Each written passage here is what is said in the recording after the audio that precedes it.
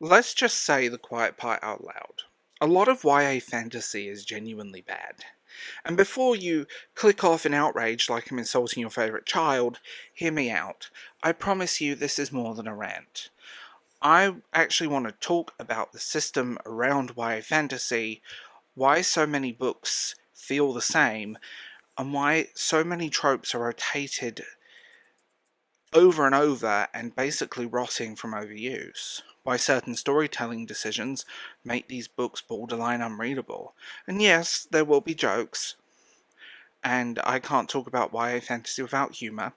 If I don't laugh, I'll cry. And trust me, between the love triangles and the air quote strong female protagonist who never makes a single decision, I've cried enough. Welcome to this episode of The Bald Book Geek. My name is Darth James. Remember to like, subscribe, tell me what you think in the comments below. Hit that hype button if you want to support this channel. There's Ko-fi if you just want to get me a coffee, but there's also Substack, Patreon, and channel memberships. Let's get into this episode. Okay, let's start with the big one. The Chosen One.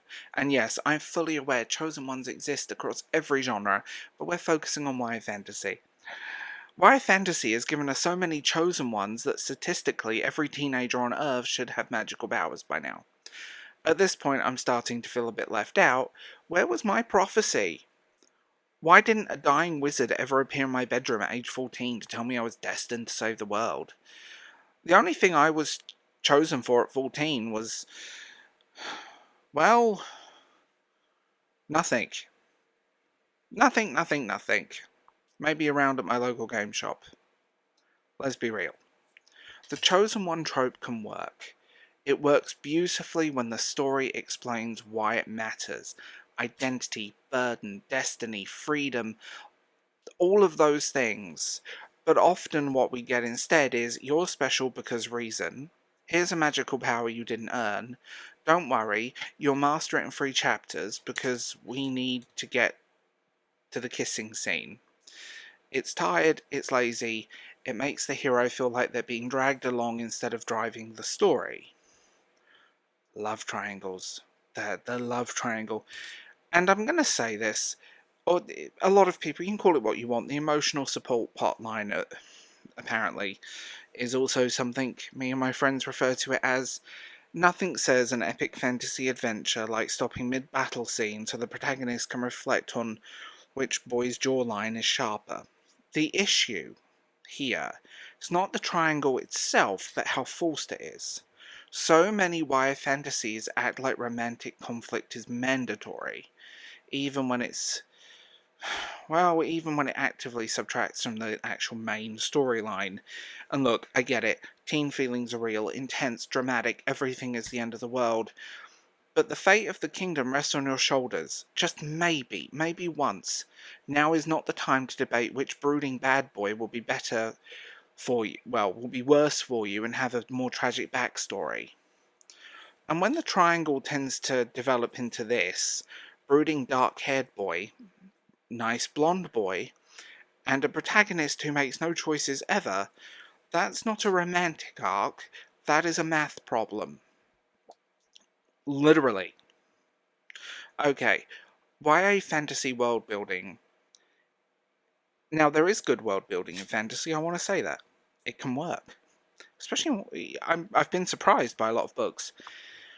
But there is a large quantity that fall into 50 pages of explanations that read like a Wikipedia article, or absolutely nothing is explained and you're expected to just accept it, and the world only exists when characters are looking at it. There's no in between.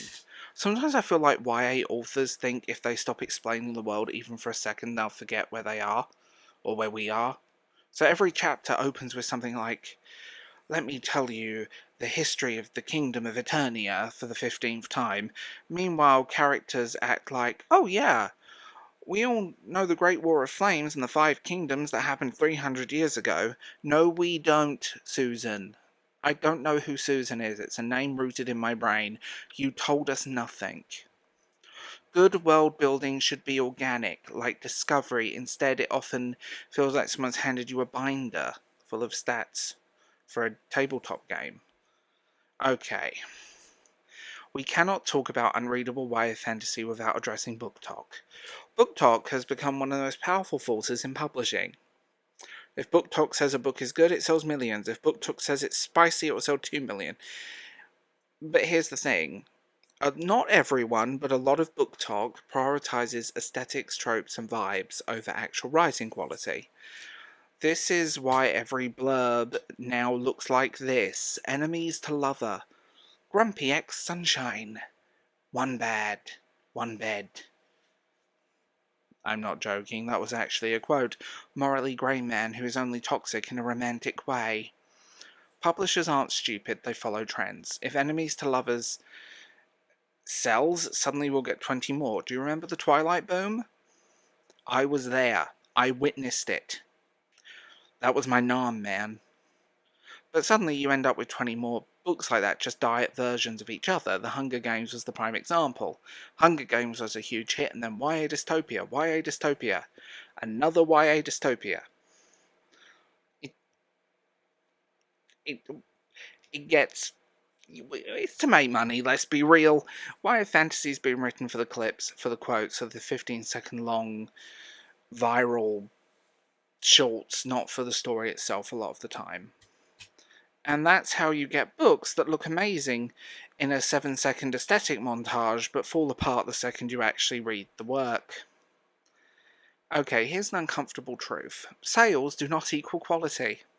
A book can be wildly successful and still be structurally unsound. A book can go viral for a trope, but not the work itself. Half the time, readers aren't buying the story, they're buying the idea of the story. They're buying the fantasy of reading it, and they're buying the social moment around it. And that's how you end up with bestsellers that read like a first draft of a Wattpad thick. Someone printed by mistake. Okay, one of the biggest problems in YA fantasy is protagonists who do absolutely nothing. I get it. Blank slate female heroine is designed so the reader can project themselves onto it. There is a layer of psychology here. Things happen. They don't make real decisions. They don't initiate change. They don't actually drive the plot. Every time the protagonist gets stuck, the author drops a new magical ability out of nowhere like a cheat code. If you enter this code, Lara Croft will explode. No, you can't see her naked, she'll just explode instead. Oh no, the villain is too powerful, don't worry. New mystical power unlocked. Conveniently. In the exact moment needed with zero setup. YA fantasy loves to hand out magic like Oprah handing out handshakes to her audience. You got a power. You get a power. Everybody gets a power. But if the characters never earn it, it means absolutely nothing.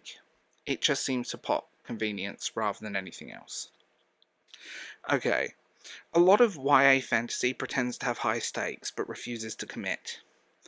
Character nearly dies, cities almost burn down, the villain threatens to destroy everything, but somehow everything gets resolved with a last-minute magical revelation, a sacrifice that didn't stick, or a side character you didn't care about dying tragically. Look, if the book expects me to mourn someone, I need to at least know their name. Let's be real, if I have to flip back 50 pages to remember who they were, that's not a tragedy, that's a filling error. And rushed endings, don't get me started. Nothing says we ran out of word count like a final battle that lasts 4 pages. Okay, pacing problems. Not every, but a good majority of YA fantasy falls into two extremes. The slow burn that never burns. The entire first half of the book is just training montage and banter. They sprint to the finish line. Everything happens in the last 40 pages, and you're left wondering if the author... Well, you're wondering if the author wrote the ending in a panic at 3 o'clock in the morning on a caffeine high.